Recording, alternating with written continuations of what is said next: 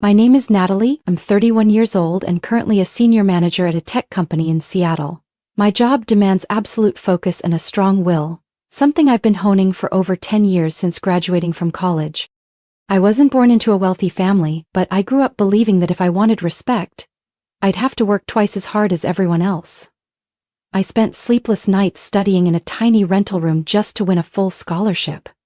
I had to choose between buying textbooks or dinner. But in the end, all that effort earned me a solid position at an age when many are still trying to figure things out. At work, I'm the one my boss trusts with high-stakes projects. My colleagues respect my decisiveness and resilience. My team calls me Steel Natalie, not because I'm cold, but because I'm clear, fair, and never let emotions interfere with work. But beneath that tough shell, I know I'm still just a woman who wants to be loved, cared for, and have someone's hand to hold after a long, draining day. I'd had a few relationships in the past, but they all ended quickly. Partly because I was always busy, and partly because some men couldn't handle dating someone with higher income or status. One even told me to my face, "You make me feel like less of a man." I laughed it off. But that night, I sat in front of the mirror for a long time. I didn't know what I was doing wrong. Then one early spring evening, with the cold Seattle rain still falling, my close friend Ashley invited me to her husband's birthday party. I didn't want to go. I was exhausted from back-to-back meetings, and squeezing into a crowd of strangers had never been my thing. But Ashley begged, "Please, just an hour. You're my bridesmaid, don't say no like that." I reluctantly agreed. And that's where I met Ethan. He wasn't the kind of man who swept people off their feet at first sight. He didn't stand out, didn't talk much, and didn't try to impress. But his smile, gentle and genuine, put me strangely at ease. "You're Natalie, right?" he asked, approaching as I stood alone with a glass of wine, gazing into the distance. I nodded slightly. "How did you know?" "Ashley told me that if I saw a beautiful woman standing alone looking like she regrets showing up." "That's definitely you." I burst out laughing, for the first time in weeks. We talked the whole night. It felt effortless, honest, and straightforward. He worked in HR consulting, was my age, and had also been through a few failed relationships. We shared life perspectives, told each other random things, and eventually exchanged numbers. I didn't overthink it at the time, I just felt light. Then Ethan started reaching out. Morning texts, checking in after my long meetings, sending cute dog videos just because he knew I had a golden retriever when I was little. I began looking forward to his messages. And after 2 months of getting to know each other, he said he wanted something serious. I don't believe in fairy tales. But when Ethan said, "I don't care if you're more successful, make more money, or come home late from work, I just need to know if you're happy with me," my heart stirred in a very real way. I said yes. And a year later we got married. I thought happiness had finally found me. But I was wrong, so wrong. Our wedding was simple and warm, held in a small garden north of Seattle, where we had our first date under the drizzling March rain. It wasn't glamorous like the stuff of dreams, but to me, that moment was enough. Because the man standing beside me had held my hand through some of life's toughest days. Ethan's parents, Carl and Diane, surprised me at first with how open and kind they were. Diane gave me a hand-knit shawl, saying, "Just a little gift for a daughter-in-law who works in an office. It's easy to get chilly." Carl would joke around with Ethan in front of me, saying, "The boy's lucky to marry such a smart and strong woman." I laughed a lot at those family dinners. I even thought maybe I really did get lucky. After the wedding, Ethan moved into my 2-bedroom condo in the city, close to work, near a park, and just a 15-minute drive from my office. Married life felt peaceful in the beginning. We split house chores, cooked together on weekends, and every night before bed, Ethan would place a hand on my forehead and whisper, "Good night, my wife." Then one October evening, just after I returned from a client meeting in Portland, Ethan said, slowly, "There's something I want to talk to you about, my parents." I sat on the couch and slipped off my heels, my feet sore from the day. "What's going on?"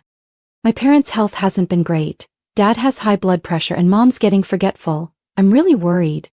I nodded. "Yeah, I get that, but we don't exactly live close." Ethan paused, then said something that made me freeze. I want us to move in with them, or at least convert their old house into a duplex. I looked up. You mean fully move in, or just live nearby? Make it a duplex. Their house is big, has a backyard and solid foundation. If we renovate, we'd have our own space and still be close enough to care for them. I already talked to a friend in construction. It'd cost around $100,000. I let out a breath, longer than I intended. It wasn't about being selfish. I understood children had responsibilities. But the thought of giving up our independent life to live right next door to my in-laws, even with a wall between us, made me uneasy. Ethan saw that. I know what you're thinking, but I promise no one's expecting you to play the traditional daughter-in-law. My parents are easygoing. They really like you. I didn't respond right away. I asked for time to think, and for the next week I carried that question around like a small pebble in my shoe, barely noticeable but impossible to ignore. Finally, one Friday night after dinner with his parents, I said yes. Diane's eyes welled up. Thank you, Natalie. I know this isn't easy for you. I smiled, but something inside me tugged, soft and nameless. A few weeks later, Ethan and I started working with the construction team he knew. They designed 2 separate living spaces connected by a shared hallway with a lockable door. From the outside, it looked like a townhome. Inside, it was 2 different worlds. Ethan was excited, choosing tiles, wall colors, garden plans. I, on the other hand, started to feel like I was stepping into a project that I wasn't fully in control of. I was included in the conversations, but big decisions like taking out loans or selecting materials seemed to come more from him and his parents. One evening, while I was reviewing the detailed budget sheet, I asked, "Babe, so how are we splitting the $100,000 0 cents cost between both sides?" Ethan looked a little caught off guard. "What do you mean?" "I just want to know the breakdown. How much are we paying and how much are your parents paying?" Ethan was silent. A long, very long pause. Then he spoke softly. "I was hoping you could front the money for now. My parents are going through a bit of financial trouble." I sat upright. "Are you saying I'm covering everything?" He held my hand. "Not everything. Just helping for now. I'll pay you back over time." I didn't say anything more, but inside me a door quietly creaked open, and behind it wasn't light. I didn't yet realize that door would lead me to a truth. One that would shatter everything I believed about the word family. One weekend evening, when the renovation plans were nearly finalized and the workers had started laying the foundation, I decided to sit down with Ethan to go over the financials more clearly. Up to that point, I had fronted nearly all the initial costs: design fees, construction deposits, and material down payments. I'm not the type to nickel and dime, but I don't like being kept in the dark either. "Ethan, can you show me the total costs and the budget breakdown? I need to keep track of everything I'm paying." He looked at me and scratched his head. "Yeah, I'll check. But Natalie, there's something I should probably tell you first." I looked up, my heart slowing like I'd just stepped into a sudden draft of cold air. "My parents, they're actually in some debt," he said slowly. "It's not massive, but it's significant." "How much?" "About $140,000. I nearly dropped the glass in my hand. "Say that again," I said, trying to stay calm. $140,000? For what?" "Dad invested in a coffee shop chain a while ago, but it didn't work out. Then he took out another loan to pay off the old one. It just kept rolling over. And I'm only finding out about this when the house is almost built?" Then avoided my gaze. "I wasn't trying to hide it. I just thought I could handle it. But now it's all piling up. If we don't do something soon, they might lose the house." I was silent. A flood of numbers and what-ifs hit me all at once. I had already spent close to $85,000 0 cents on the renovation. And now this debt. I was in too deep. "What do you want me to do?" I asked, my voice dropping. Ethan took my hand. "I know this is a big ask, but can you help my parents? You're the only one who can save them right now." "And what about you?" "Pay you back, I promise." I gave a faint smile. Not because I was happy, but because in that moment I realized I wasn't just a wife. I was being treated like a financial solution. But I still loved Ethan, or I thought I did. And so, I said yes. I pulled $70,000 0 cents from my savings and transferred it to cover the bulk of his parents' debt. The rest I scheduled in monthly installments of $5 0 cents. Every payment documented with receipts and transaction records. Diane called me, crying as she thanked me. Carl even emailed me a handwritten letter, calling me a blessing this family is lucky to have. I used to believe that. But over time, little things began to feel off. Ethan stopped contributing financially. The "I'll pay you back" never happened. Every time I brought it up, there was an excuse. Delayed paycheck, funds tied up in a project. When I asked to see his pay stub to rework our budget, he snapped. "You don't trust me? Why does it always come back to money, Natalie?" I didn't answer. I was tired, but I kept paying. A year later, after I made the 13th payment, Diane called, cheerful. "You're amazing. Almost done in just a year. Honestly, if it weren't for you, we'd be out on the street." I asked, "How much is left now?" "Just around 25,000, sweetie. You really are this family's savior." I hung up, frozen. 13 months, and I had spent nearly $120,000, 0 cents. No contract, no legal paperwork, just trust. Then one night I came home early from work because a meeting got canceled and froze outside the living room door. Laughter spilled from inside, Carl's voice. "Gotta hand it to Ethan, he found himself a wife who not only brings in the money, but knows her place." Deanne chimed in. "The debt's nearly paid off, house is renovated, that girl's a diamond in the rough." Then Ethan, with a hint of sarcasm. "Yeah, but once it's all done, maybe I should cut her loose. Sooner or later she's gonna start asking questions." I don't know how long I stood there clutching my purse, heart pounding so loud I couldn't hear. But I knew one thing. This wasn't a life I was building. I was the target of a plan set in motion long before I ever said I do. From that night on, I was no longer the same Natalie who laughed over dinner, who believed in warm hugs and silent forgiveness. I didn't scream. I didn't confront. Instead, I turned quiet. Like a calm surface hiding a storm building deep below. I kept paying. On time, no reminders. $5,000, 0 cents a month from my savings and paycheck to cover the debt. On top of that, renovation bills kept trickling in like a cruel chorus on repeat. Tile invoices, painter fees, new window installations for the shared living area, all of it on me. Ethan's smile never changed. Every evening he'd ask what I wanted for dinner, occasionally hug me from behind while I was cooking, rest his chin on my shoulder and whisper, "Thank you, Natalie, I know you're doing so much for this family." I'd nod, but inside I felt nothing. I began digging into Ethan's finances. One Saturday afternoon, while he was watching football with Carl, I quietly opened my laptop and searched for any record of income he had ever shared with me, which, I suddenly realized, he never had. Since the day we got married, I had never once seen a real pay stub. The last time I asked about it, he put his coffee cup down and said, irritated, "Why do you think I'm hiding something? You already know I don't make much. Are you accusing me now?" I didn't tell him that I wasn't just suspicious. I knew something was wrong, but without proof I stayed silent. I kept contributing, kept covering everything. By that point I had poured more than $110,000, 0 cents, into the house and his family. Nearly all the money I had saved over the last 6 years. And yet, strangely, Ethan always had money for other things. A new pair of limited edition sneakers. The latest smartphone just weeks after release. A weekend fishing trip with brand new gear. I didn't know where he was getting the money. But it wasn't from me. One time, I gently asked, "Could you be more transparent about our finances so we can manage things together? Because right now I'm covering everything." Ethan paused for a few seconds, then said, "You're doing it because you're good at it, not because I asked you to. If it feels like too much, then don't do it. I'm not forcing you." I gave a dry smile, the kind of smile only a woman who realizes she's being used can master.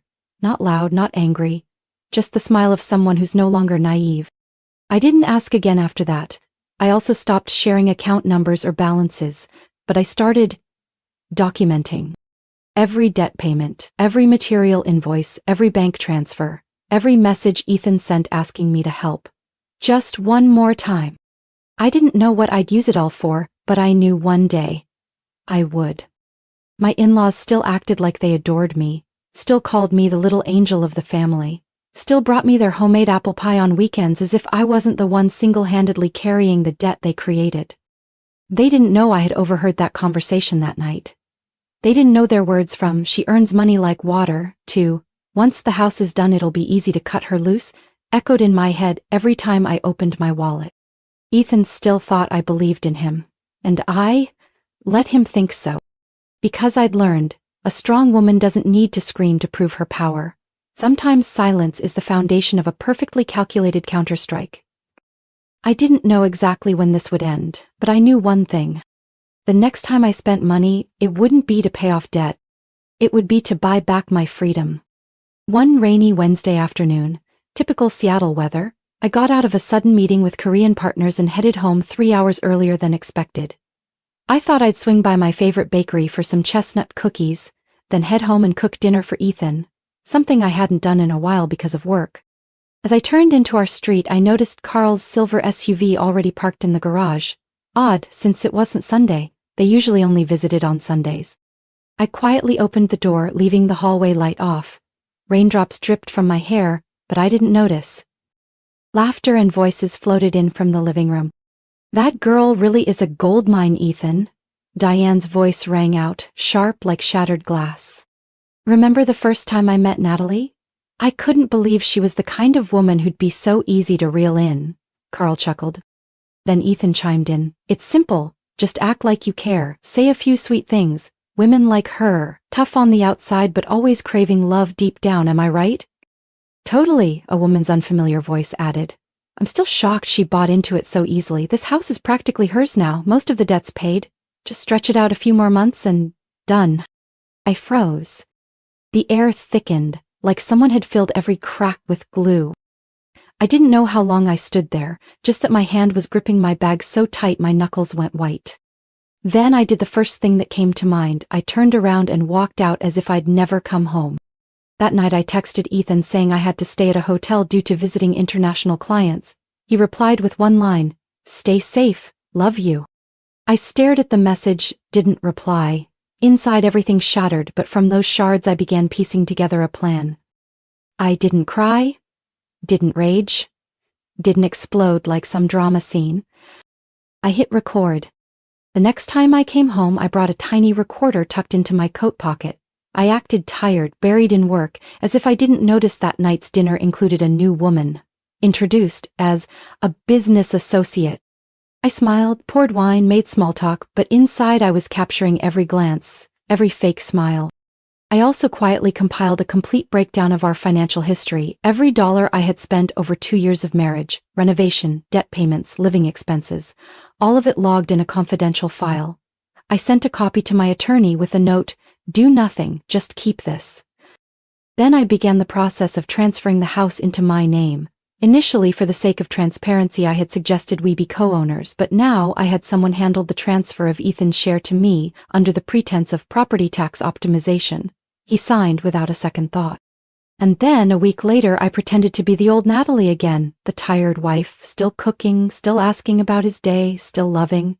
Meanwhile, I was counting down to the perfect reveal. They had no idea I'd quietly filed for divorce. No idea I had purchased the remaining debt under special terms, making me their new creditor.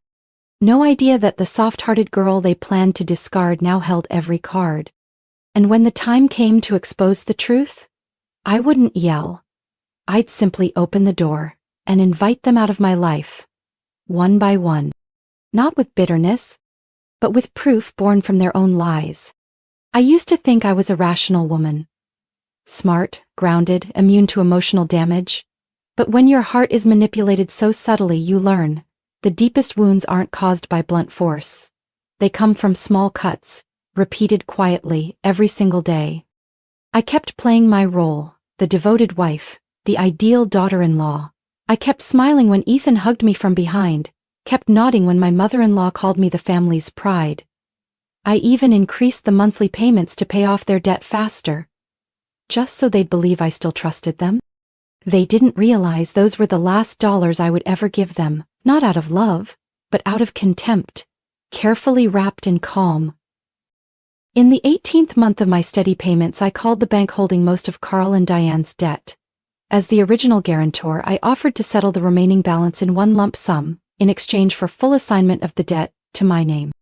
It didn't take long, they happily agreed. From that moment on, I, Natalie Parker, was officially the holder of my in-laws' debt note. 1 week later, I completed the paperwork to transfer full ownership of the renovated house, where the whole family now lived, into my name. Ethan didn't question anything when I told him it was for new state tax processing. He signed the documents with a half smile and a distracted look in his eyes. I remember that moment so clearly. Only one sentence echoed in my mind. "Thank you, Ethan, you just handed me the key to end all of this." I quietly began working with my personal attorney, filing for divorce in King County, with every detail kept strictly confidential. During that time, I gathered all the necessary evidence: bank statements, receipts, emails, and especially the audio recording from the night I accidentally overheard their discard her plan. My lawyer, Claudia Weston, a sharp and composed woman in her 50s, looked at me after our first meeting and said, "If I were you, I wouldn't get angry. I'd wait, and when everything's ready, I'd press the button. Right time, right target." I responded only with a thin, emotionless smile. The night before everything was revealed, I cooked as usual. Ethan's favorite lasagna, a salad for my mother-in-law, and lemon butter cake for Carl. I even poured the wine and raised a toast to finally, almost being done with the debt. Ethan beamed, eyes shining. "I can't believe you pulled this off, Natalie, really. You're the best thing that's ever happened to me." I lightly tapped his glass, looked at him deeply. "I think so too, Ethan. Thank you for showing me your true self so early on." He didn't understand what I meant, but I did. And I didn't rush to explain. The next morning I woke up early and left the divorce papers on the kitchen counter, along with a copy of the official debt transfer naming me as the new creditor of Carl and Diane, and a short note. "Good luck negotiating with your new lender. I have no intention of being generous." I walked out of that house and moved into a small penthouse apartment I had secretly purchased using profits from a private investment I'd been nurturing for the past 3 years. The place overlooked Elliott Bay, where the sunrise reflected on the water every morning, a reminder that peace isn't something granted, but something you take back with your own hands. That afternoon, my attorney sent formal notices to Ethan and his parents. They had 3 choices: repay the remaining debt in full within 60 days, vacate the house immediately, granting me full control, face legal action for failure to comply. I didn't stick around to see their reaction, because I already knew some relationships aren't worth saving, and letting go at the right time is far better than letting trust rot into something irreparable. And the only thing I regretted was not realizing sooner that sometimes forgiveness isn't noble, it's just weakness in a moral disguise.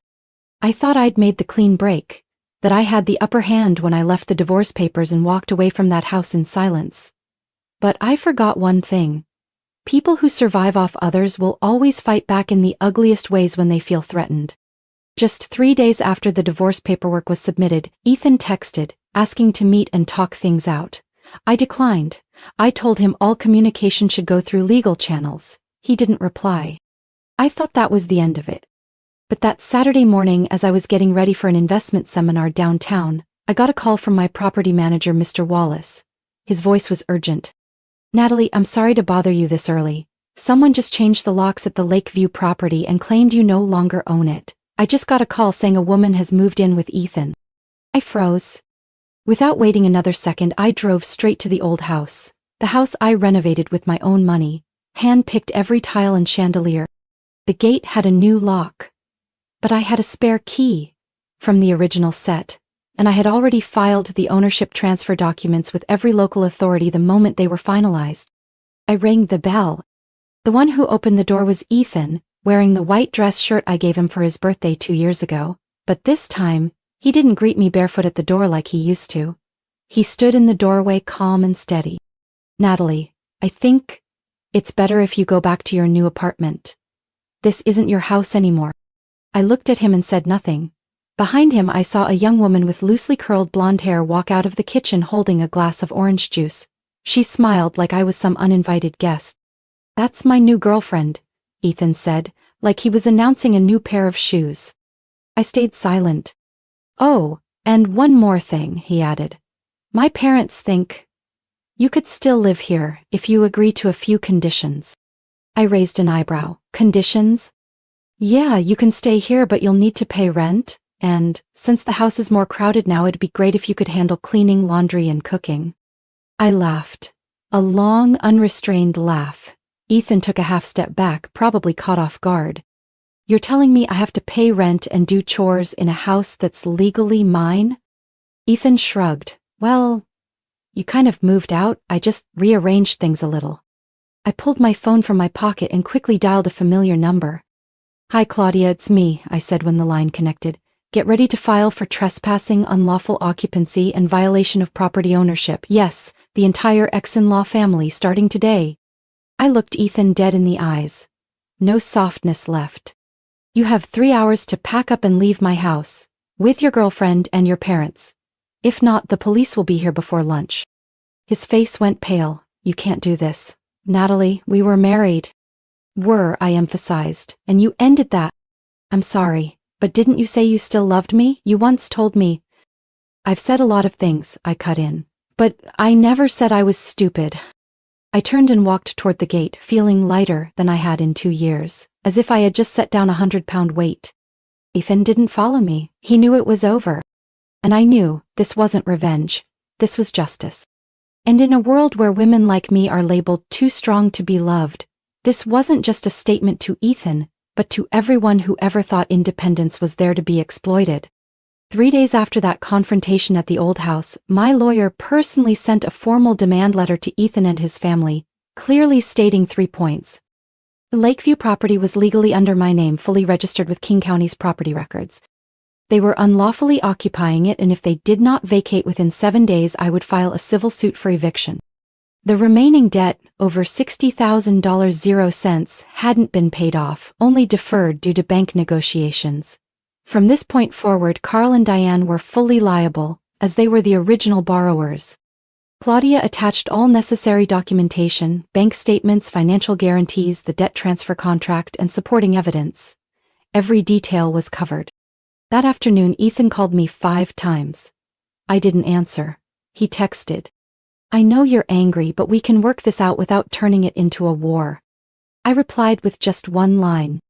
Let your lawyer talk to mine.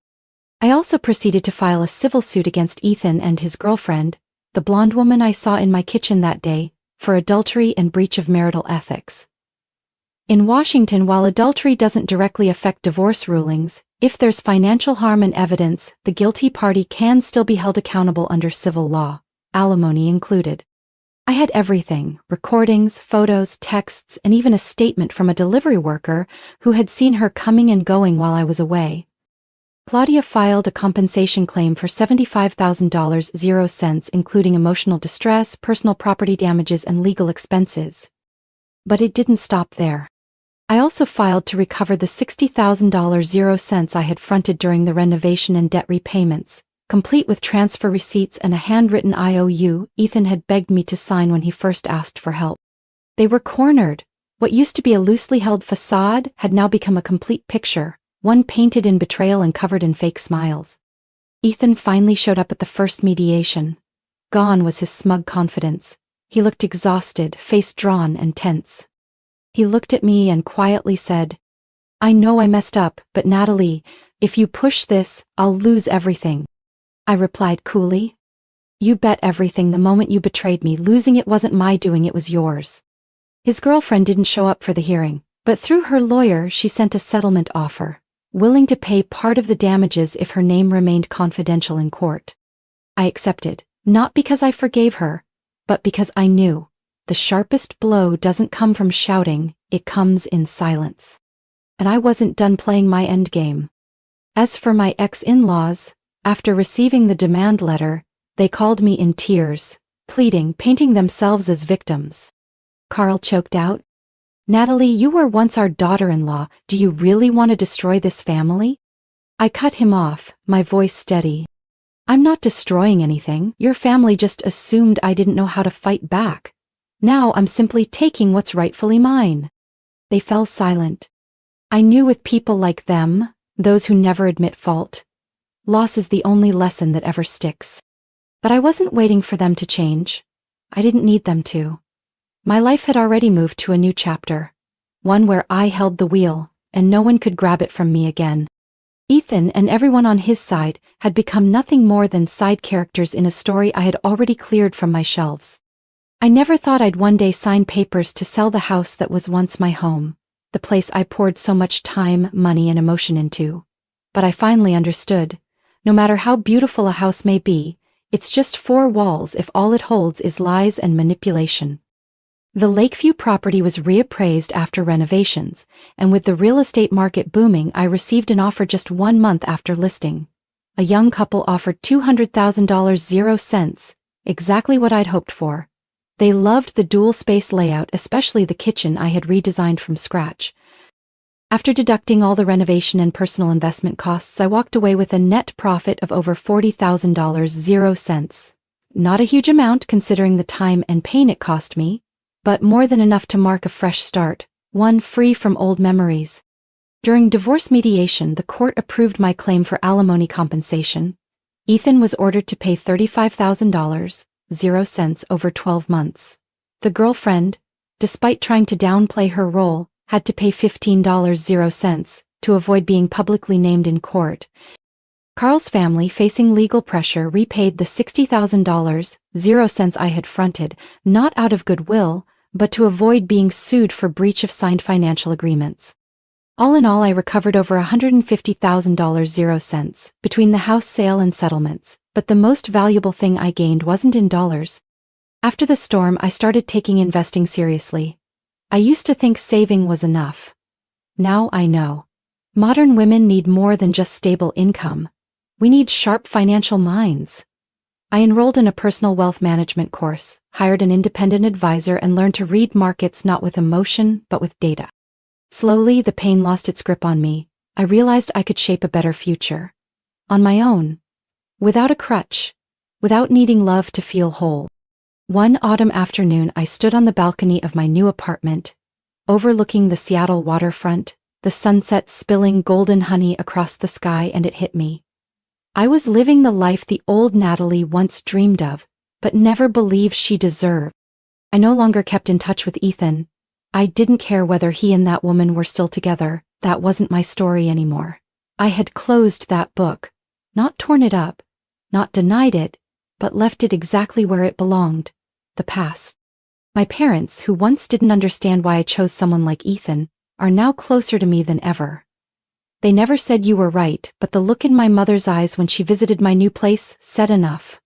My father, always the quiet type, just patted my shoulder and said, "You're stronger than I ever imagined." I smiled. I didn't need the words. I already knew I wasn't the same Natalie anymore. I am Natalie, the woman once seen as easy to use because she loved too hard. But now, I love myself more than anyone else ever could. I haven't shut the world out, but I do choose carefully who I let in. Not out of fear, but because I've learned, not everyone who gets close is there to lift you up.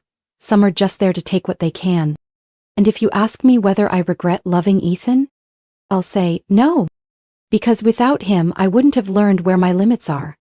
I wouldn't have known how far I could go once I let go.